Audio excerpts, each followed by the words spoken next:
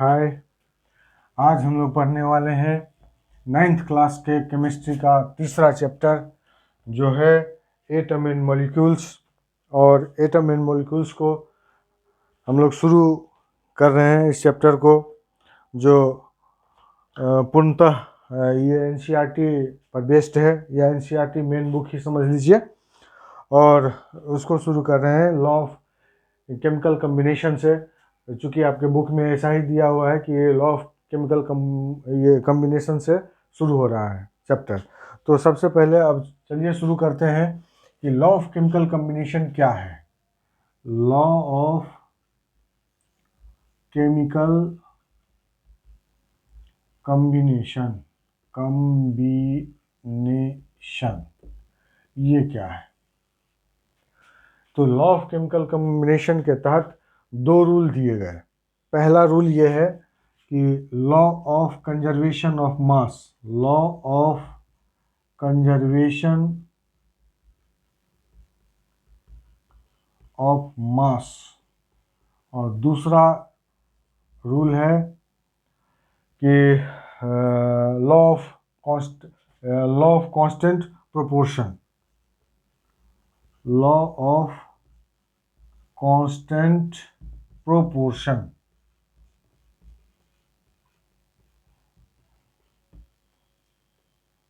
ठीक है, तो शुरू करते हैं ये कि लॉ ऑफ कंजर्वेशन ऑफ मास क्या है। इस बात को समझिए कि जहाँ कहीं भी ये कंजर्वेशन लिखा हो, जैसे मान लीजिए कि लिखा हुआ है conservation of mass, conservation of energy, conservation of momentum. तो इस टाइप का जहाँ कुछ लिखा हो तो आपको खुद ये सोच लेना है कि मास न तो उसमें जो डेफिनेशन होगा कि लॉ ऑफ कंजर्वेशन ऑफ मास क्या होगा, तुम उसको इस तरीके से जवाब देंगे कि मास न तो क्रिएट किया जा सकता है, न ही उसका डिस्ट्रॉय किया जा सकता है। एनर्जी ना तो क्रिएट किया जा सकता है, ना ही उसका डिस्ट्रॉय किया जाता है। एक नंबर बात ये, एक नंबर पॉइंट ये समझ लिए। दूसरा हुआ कि कंजर्वेशन का जहाँ कहीं भी यूज़ हो, तो अब ये चूँकि हम लोग ये केमिस्ट्री पढ़ रहे हैं, तो केमिस्ट्री में दो हिस्सा होता है, एक एरो के इस साइड और एक एरो के इस साइड। इस साइड को हम लोग रिएक्टेंट बोलते हैं और इसको हम प्रोडक्ट बोलते हैं। तो ये केमिस्ट्री में कंजर्वेशन ऑफ मास का मतलब हुआ कि रिएक्शन से पहले जो कुछ भी हम प्रोडक्ट लिए, सपोज कीजिए कि दो चीज़ को यहाँ मिलाए, 2 ग्राम और प्लस 10 ग्राम, कोई भी चीज़ हो सकता है ये, और ये बना कुछ भी बना। अगर हम इसका वेट करेंगे तो वो हो जाएगा, इधर चूंकि 10 और 2 12 ग्राम ही होगा। मतलब यहाँ जितना मास लिए रिएक्शन के बाद भी उतना ही मास हुआ। तो ये हुआ लॉ ऑफ कंजर्वेशन ऑफ मास। इसको आप एक तरीके से और समझ सकते हैं कि जैसे मान लीजिए कि शरबत बनाते हैं, तो शरबत बनाते हैं तो 1 केजी चीनी लिए, क्या लिए, शुगर, और प्लस 2 केजी पानी लिए, क्या लिए, वाटर। ये बनाया क्या, तो हम लोग उसको बोलते हैं शरबत, ऐसा ही बोलते हैं। यहाँ देखिए 1 केजी और 2 केजी, 3 केजी हुआ। टोटल शरबत कितना बनेगा। निश्चित रूप से अगर आप इस शरबत को तौलिएगा तो ये भी 3 केजी बनेगा। यही है यहाँ लॉ ऑफ कंजर्वेशन ऑफ मास। यहाँ 3 केजी पुर गया और यहाँ भी 3 केजी पुर गया। तो लॉ ऑफ कंजर्वेशन ऑफ मास समझ गए। केमिकल रिएक्शन में मान लीजिए कि ए और कोई बी, हम लोग उसको रिएक्ट करवाएं, बन गया कुछ भी CD। अगर मान लीजिए कि ए का लेते हैं 3 ग्राम और बी का ले लिया हम लोगों ने 5 ग्राम, रिएक्शन हुआ, सी बन गया 6 ग्राम और डी बन गया 2 ग्राम। ठीक है, अब देखिए 3 और 5 8 ग्राम, 6 और 2 8 ग्राम, यहाँ भी 8 ग्राम और यहाँ भी 8 ग्राम। ये इसका मतलब हुआ कि इस रिएक्शन में लॉ ऑफ कंजर्वेशन ऑफ मास का ओबे होता है। तो केमिकल रिएक्शन में कहीं भी law of conservation of mass लागू होता है, law of conservation of mass obey करता है। इस बात को अपने ध्यान में रख लीजिए। दूसरा है लॉ ऑफ कांस्टेंट प्रोपोर्शन। दूसरा है लॉ ऑफ कांस्टेंट प्रोपोर्शन। इसका मतलब क्या हुआ? कांस्टेंट मीन्स होता है निश्चित, प्रोपोर्शन मतलब हुआ पार्ट, हिस्सा। तो इस नियम के मुताबिक आप पहले एग्जांपल ले लीजिए। ले लेते हैं यहां पर हम H2O। गौर कीजिए, यहां हाइड्रोजन कितना है? 2 ग्राम। ऑक्सीजन कितना है? अगर ऑक्सीजन का बात करें, ये हो गया 16 ग्राम। हाइड्रोजन ऑक्सीजन का ये कितना हुआ? अगर रेशियो निकालेंगे तो 2:16, ये कट हो जाएगा और ये हो जाएगा 1:8। CO2 ले लीजिए, इसको देखिए, C हो गया आपको 6 ग्राम, सॉरी C हो गया आपको 12 ग्राम, और ये O2 जो है यहाँ हो गया 32 ग्राम। ठीक है, इसका हमको रेशियो निकालना है।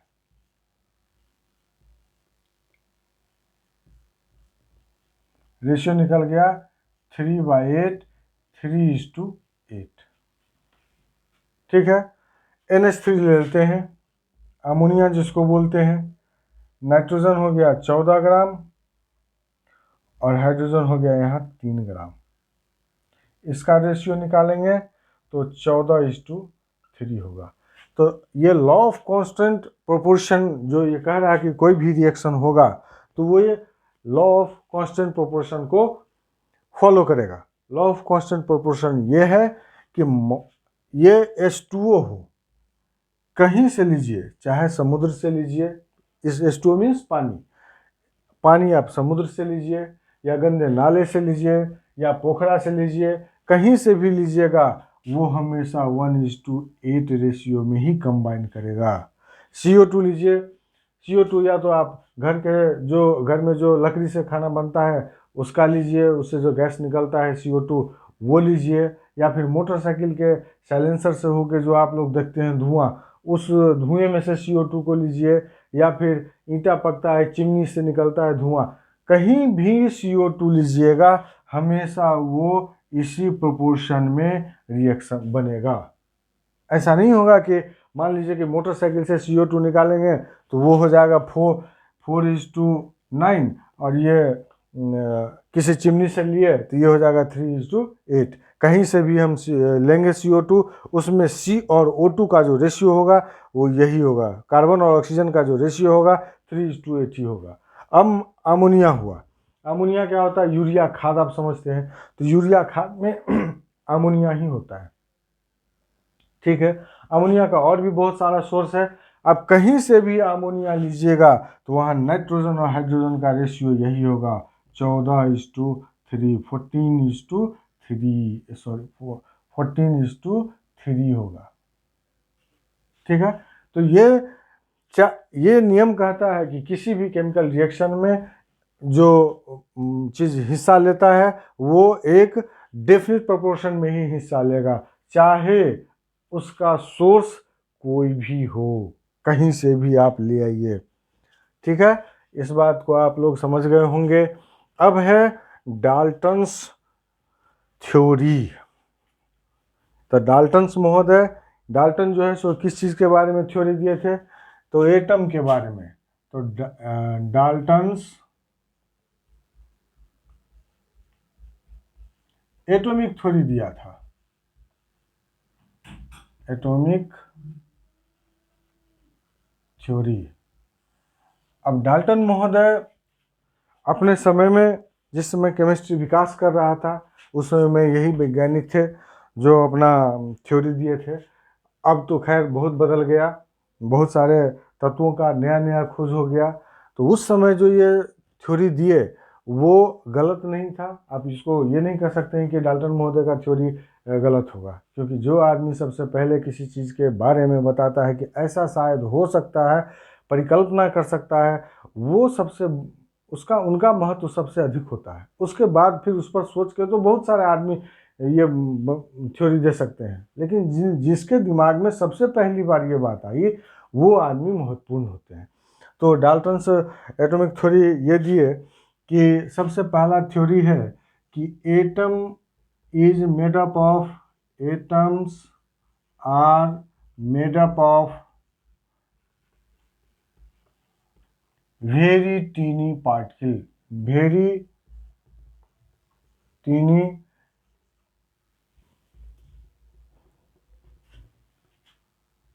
पार्टिकल। ठीक है, ये दिए डाल्टन महोदय कि atoms are made up of very tiny particle. आप पहले भी पढ़ चुके हैं कि मैटर में, कि मैटर अराउंड अस में, कि जो कुछ भी मैटर है वो छोटे पार्टिकल से बना होता है।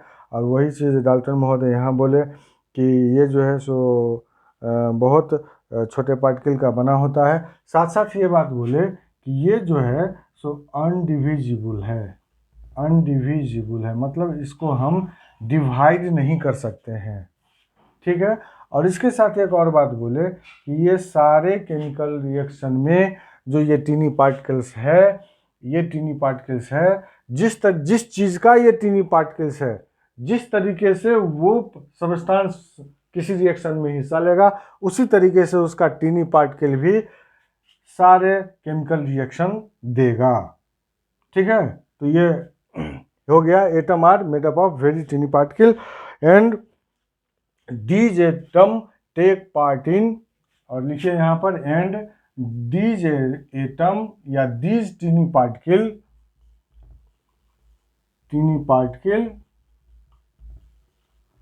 टेक पार्ट माने हिस्सा लेता है, इन ऑल केमिकल रिएक्शन। ये इनका पहला नियम है। डाल्टन महोदय जो पहला नियम बताए वो यही है कि ये बहुत टीनी पार्टिकल है और ये सारे केमिकल रिएक्शन में हिस्सा ले सकता है। अब दूसरा रूल उन्होंने दिया कि एक एटम जो होता है, दूसरा रूल दिया कि एटम कैन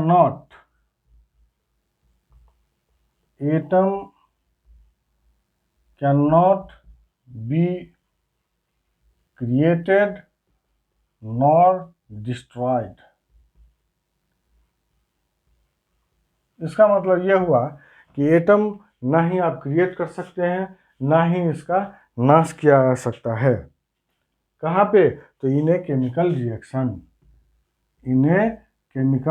रिएक्शन, किसी भी केमिकल रिएक्शन में एटम को ना आप बना सकते हैं, ना उसका नाश कर सकते हैं। ये इनका दूसरा नियम था। ठीक है, बस समझते चलिए इस बात को।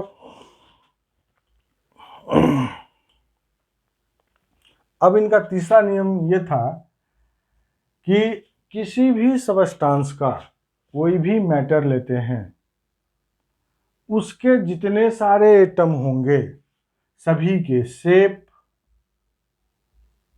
साइज इक्वल होंगे।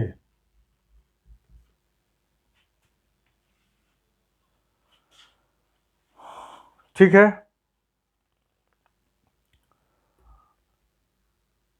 मतलब एटम कोई भी होगा उसके शेप साइज इक्वल होंगे और वो एक ही तरीके से केमिकल रिएक्शन में हिस्सा लेंगे। ये हो गया तीसरा। अब चौथा नियम ये दिए कि अगर हम बहुत सारे सब्सटेंस है, ए लिए, बी लिए, सी लिए, डी लिए, बहुत सारे सब्सटेंस है, ए अलग सब्सटेंस हो गया, बी अलग सब्सटेंस हो गया, सी अलग सब्सटेंस हो गया और डी अलग सब्सटेंस हो गया। उनका कहना ये था कि सभी का ये एटम अगर हम ए लेते हैं, ए लेते हैं, यहाँ ए लेते हैं, ए के सारे एटम, ऑल एटम, बी के ऑल एटम, इसके ऑल एटम, इसके ऑल एटम,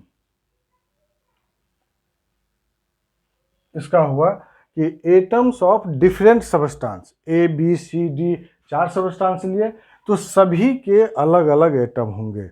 नियम ये कह रहा है कि ये सभी सबस्टांस के जो एटम हैं सो एक दूसरे से shape, size and reaction, type of reaction, shape size अलग होगा, यह भी अलग होगा, और टाइप ऑफ रिएक्शन भी अलग देगा, टाइप ऑफ रिएक्शन भी अलग देगा। मतलब अलग कहने का मतलब यह हुआ कि अलग अलग सबस्टांस के जो एटम होंगे उस एटम का शेप साइज भी अलग अलग होगा, और केमिकल रिएक्शन में वो अपना अलग अलग प्रॉपर्टी भी दिखाएगा। ठीक है, तो ये हो गया आपको उनका 4th लॉ।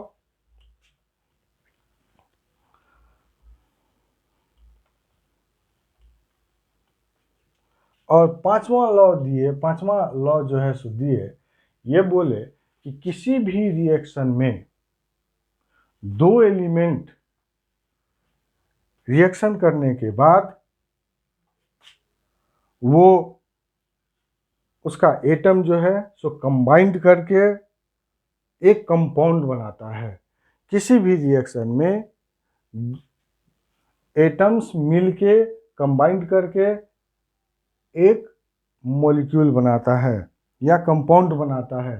कंपाउंड उसको बोलते हैं, जैसे मान लीजिए कि ए है और बी है, ए और बी है, दोनों को आप रिएक्शन करवा दिए, रिएक्शन करने के बाद ए और बी बना, तो ये एक कंपाउंड हुआ, और ये एक एलिमेंट ए हुआ, दूसरा एलिमेंट बी हुआ।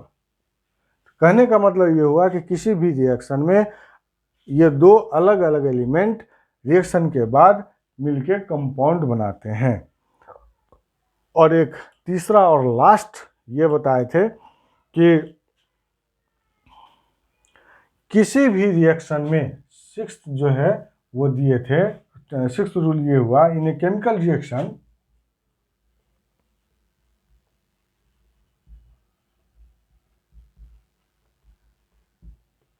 रिएक्शन में एटम combine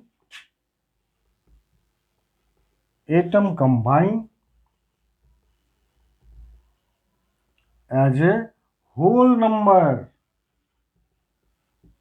होल नंबर माने जैसे कि 1 हो गया, 2 हो गया, 3 हो गया, 4 हो गया, ऐसा नहीं होगा 1.2 हो गया, 2.3 हो गया या 3.5 हो गया, फ्रैक्शन में नहीं, होल नंबर में होगा। तो एटम जो कंबाइन, किसी भी रिएक्शन में एटम जो एक दूसरे एलिमेंट से कंबाइन करेगा, उसमें जो रेशियो होगा वो होल नंबर का रेशियो होगा। ठीक है, समझ गए?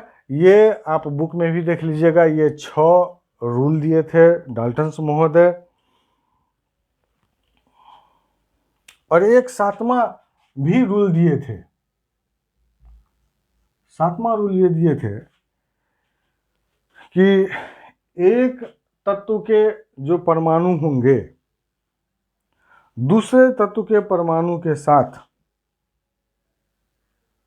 अलग अलग रेशियो में, लेकिन होल नंबर में वो कंपाउंड बनाएंगे। कहने का मतलब ये हुआ कि जैसे मान लीजिए कि यहाँ CO2 हुआ, C का हो गया 12 और O2 का हो गया यहाँ 32। यहाँ पर जो रेशियो है 12:32 हो गया, 3:8। CO2 में अगर लेंगे तो ये 3:8 ही होगा। अभी मान लीजिए कि अगर हम इसी C को दूसरे एलिमेंट के साथ रिएक्शन करा दें, जैसे मान लीजिए कि ये CH4 बन गया, CH4 हो गया कितना, मीथेन। तो ये जरूरी नहीं है कि यहाँ भी 3:8 होगा, क्योंकि 3:8 तभी होगा जब ऑक्सीजन के साथ मिलेगा। लेकिन डिफरेंट के साथ अगर दूसरा कोई एलिमेंट है, दूसरा कोई तत्व है जिसके साथ रिएक्शन करता है, तो ये रेशियो भी बदल जाएगा। ठीक है, तो ये हो गया कार्बन का 12, हाइड्रोजन का हो गया 4, रेशियो लेंगे 12:4, 1, 3, 3:1 में आ गया।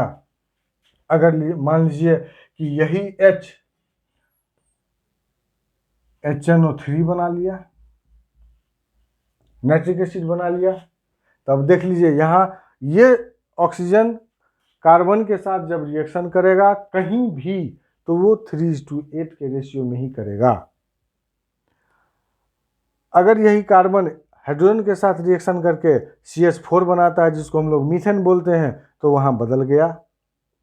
और यहाँ पर अगर HNO3 लेते हैं तो हाइड्रोजन का हो गया 1, नाइट्रोजन का हो गया 14 एंड ऑक्सीजन का हो गया 48। यहाँ रेशियो ये हो गया। मतलब कहने का ये हुआ कि किसी एक तत्व के परमाणु अगर किसी दूसरे तत्व के परमाणु के साथ रिएक्शन करता है तो वो अलग अलग अनुपात में करेंगे। ठीक है, चलिए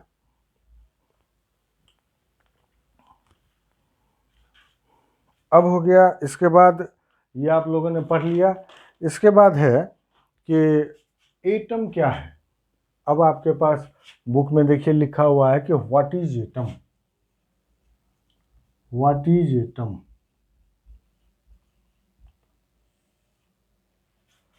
तो एटम हम किसको बोलेंगे, पहले समझाने के लिए बोल रहे हैं।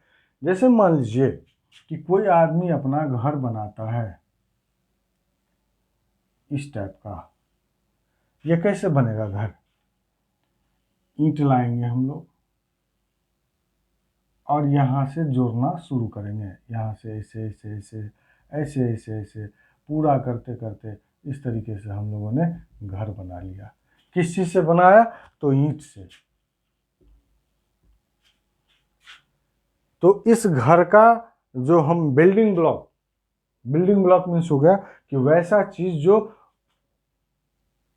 उस ब्लॉक को बनाया। तो यहाँ ब्लॉक हो गया घर,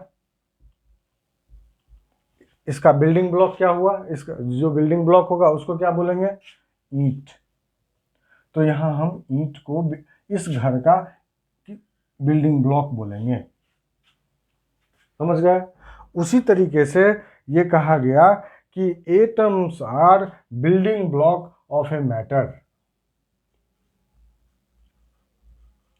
atoms are building block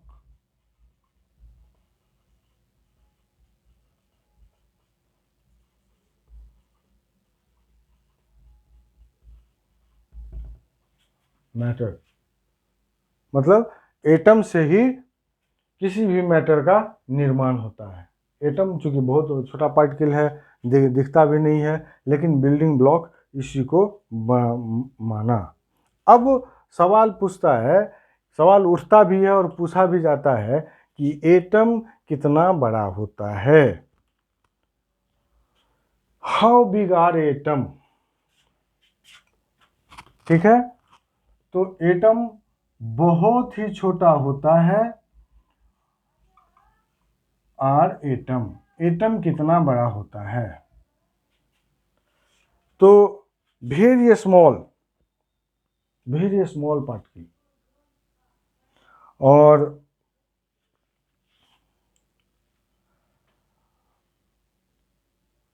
very small particle, और ये कह सकते हैं कि पूरा वर्ल्ड इसी एटम से बना हुआ है।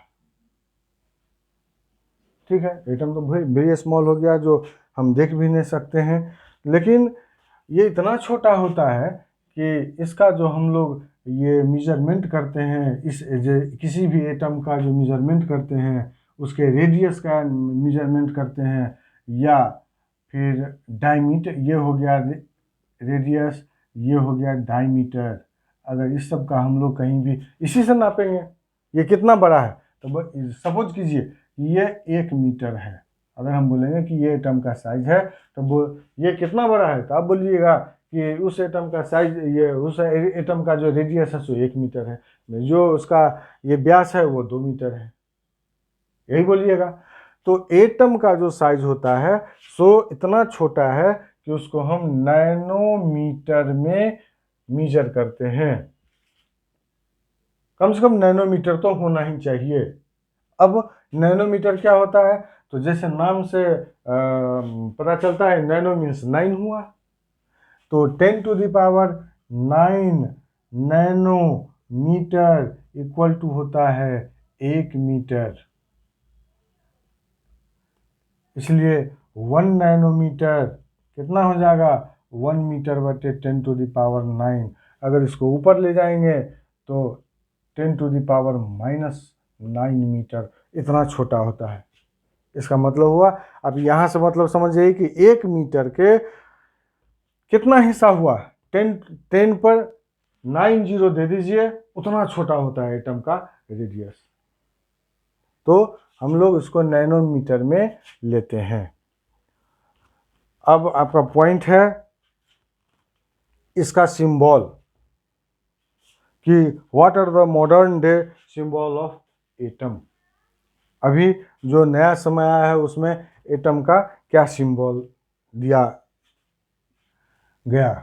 तो पहले जो है, पहले डाल्टन महोदय के समय में, या यूं कहिए डाल्टन महोदय खुद भी, जैसे हाइड्रोजन था, उसको बोले कि ऐसा करके बता देते हैं।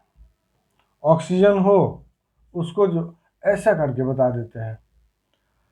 ओजोन हो तो उसको ऐसा करके बताया, मतलब ये सिंबल इस टाइप से सिंबल दे दे के बोले थे कि इसका नाम दिया जाना चाहिए।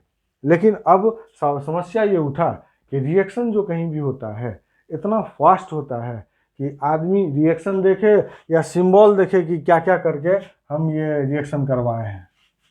जब तक सिंबल देखेगा तब तक तो रिएक्शन हो चुका रहेगा। कितने बहुत सारे वैज्ञानिकों ने ये कहा कि भाई इसका जहाँ से उत्पत्ति ओरिजिन है वो नाम दो। ठीक है, अलग अलग तरीके के साइंटिस्ट लोगों ने अपना अलग अलग मत दिया। तो फिर जब साइंटिस्टों का जहाँ बैठक हुआ, वहाँ पे एक नाम आयुपेक नाम, इसका पैक नाम इसका निर्धारित किया गया कि यही इसी नाम से हम लोग सारे चीज़ को, जितने भी एलिमेंट हैं उस सारे का नामांकन करेंगे। तो वो लोग एक अपना जैसे भी निर्धारण किए, उस हिसाब से अगर एल्यूमिनियम को हम लोगों को बताना होता है कि एल्यूमिनियम को कैसे बोलेंगे, तो उसको लिख देते हैं Al। अब जैसे सोडियम है, सोडियम नाम देखिए ऐसे है सोडियम, इसका लैटिन जो ओरिजिन है वो नाइट्रियम होता है, तो बोले इसका नाम जो है सो Na डाल देते हैं। नाइट्रियम होता है तो Na डाल देते हैं।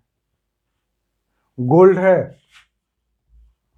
है, उसका जो उत्पत्ति हुआ लैटिन वर्ड है ऑरम, AUM, ऑरम, तो उसको बोले कि Au नाम दे देते हैं। तो इस तरीके से आयुपेक में एक सिस्टम निर्धारित किया गया, उस सिस्टम से उसका नामांकन हुआ।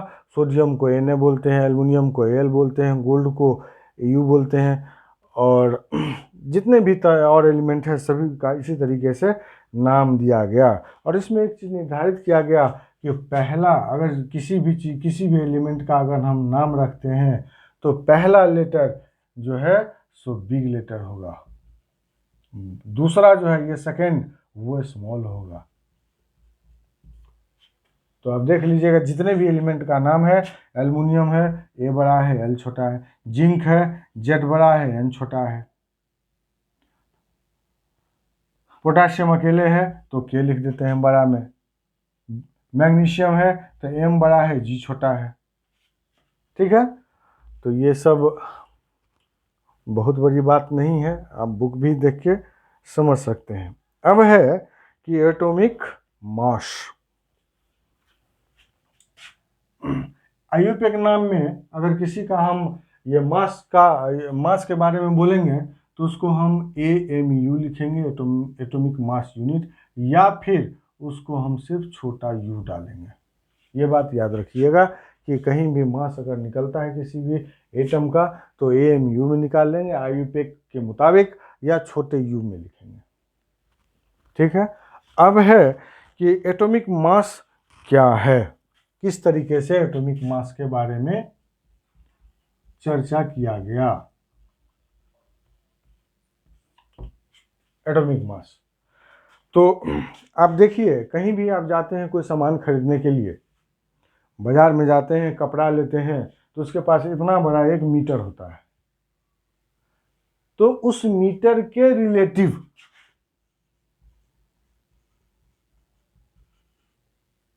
वो मेजर करके देता है 2 मीटर कपड़ा। आप कहीं जाते हैं तो तौल तौल के कोई सामान लेते हैं तो इतना बड़ा केजी होता है, उस केजी के रिलेटिव निकालता है ये 5 केजी सामान हुआ। तो कहने का मतलब ये हुआ कि कहीं भी अगर हम कोई चीज़ मेजर करते हैं तो किसी न किसी चीज़ के रिलेटिव निकालते हैं, उसके रिस्पेक्ट में निकालते हैं।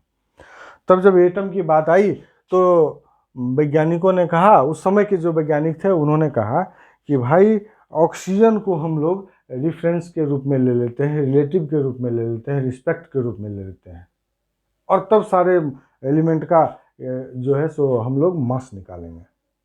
तो लिया वैज्ञानिकों ने, जैसे मान लीजिए कि यहाँ पर H2O बना, हम ऑक्सीजन को रेफरेंस ले लेते हैं, यहाँ देख लीजिए कि हाइड्रोजन 2 है, ऑक्सीजन कितना है 16 है।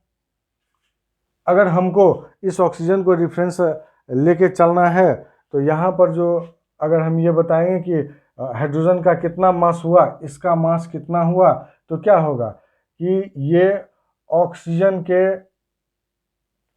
है, उसके ये 8 होता है, नीचे में 2 लगा देंगे।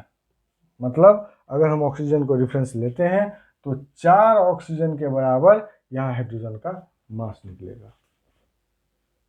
लेकिन ये चीज और दूसरे एलिमेंट में जाके गड़बड़ घोटाला हो गया। गड़बड़ घोटाला ये हुआ कि जैसे मान लीजिए कि कार्बन मोनोऑक्साइड हुआ CO, ठीक है, कार्बन का कितना हुआ 12, ऑक्सीजन का कितना हुआ 16।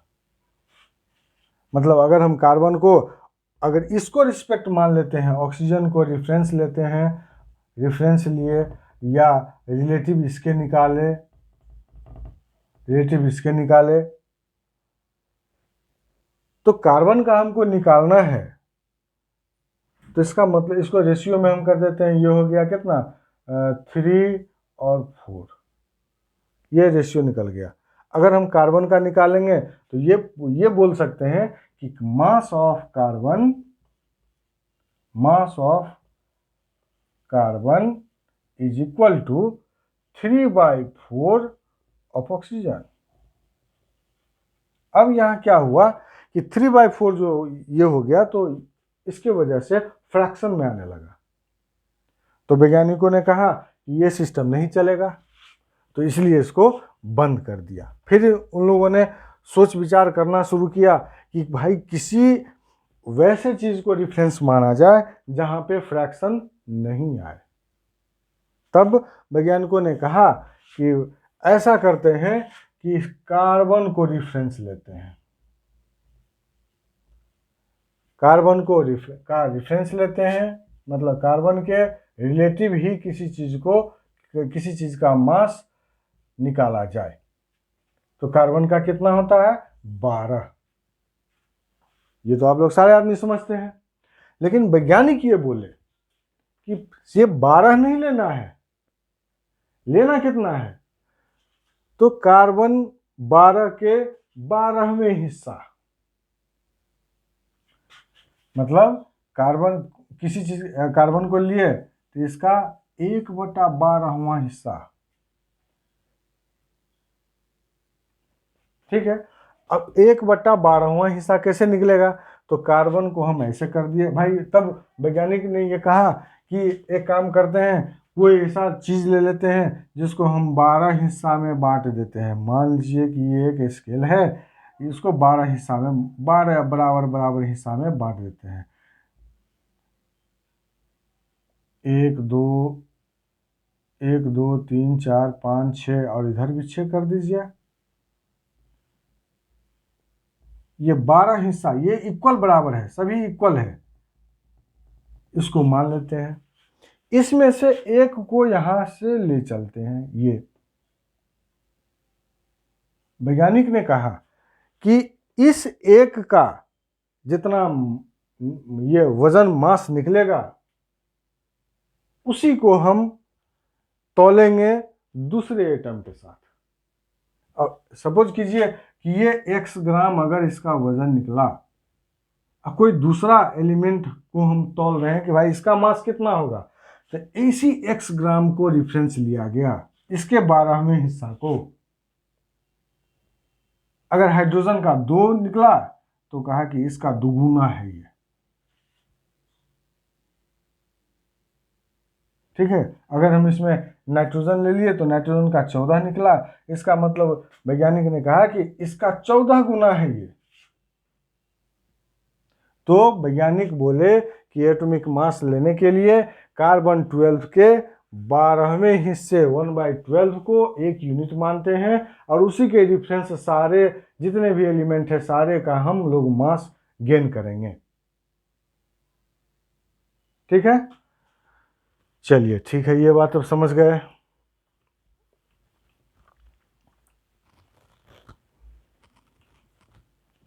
अब हम लोग नेक्स्ट में देखते हैं कि व्हाट इज ए मॉलिक्यूल। इसके लिए अभी तुरंत नया दूसरा वीडियो हम अपलोड कर दे रहे हैं, ये बड़ा नहीं हो जाए। ठीक है, थैंक यू।